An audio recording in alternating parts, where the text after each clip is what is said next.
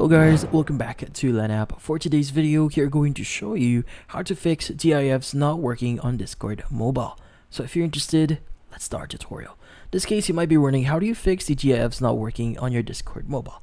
Well, fixing this is kind of easy. So the first thing you want to do here is you want to ensure that you have the latest version of the Discord app.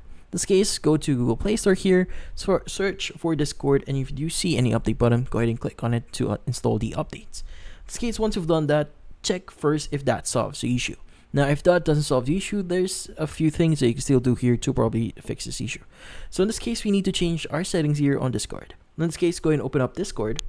And from here, you want to go ahead and basically access the U section at the bottom right here. Now from here, click on the gear icon at the top right of your screen.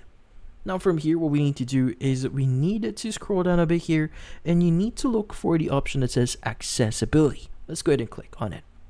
Now in here, you want to scroll down a bit here until you see the option that says reduce motion. So in this case, what I would suggest you try doing here is you want to basically turn off the reduce motion option here, and you want to also enable the option that says automatically play GIFs when possible.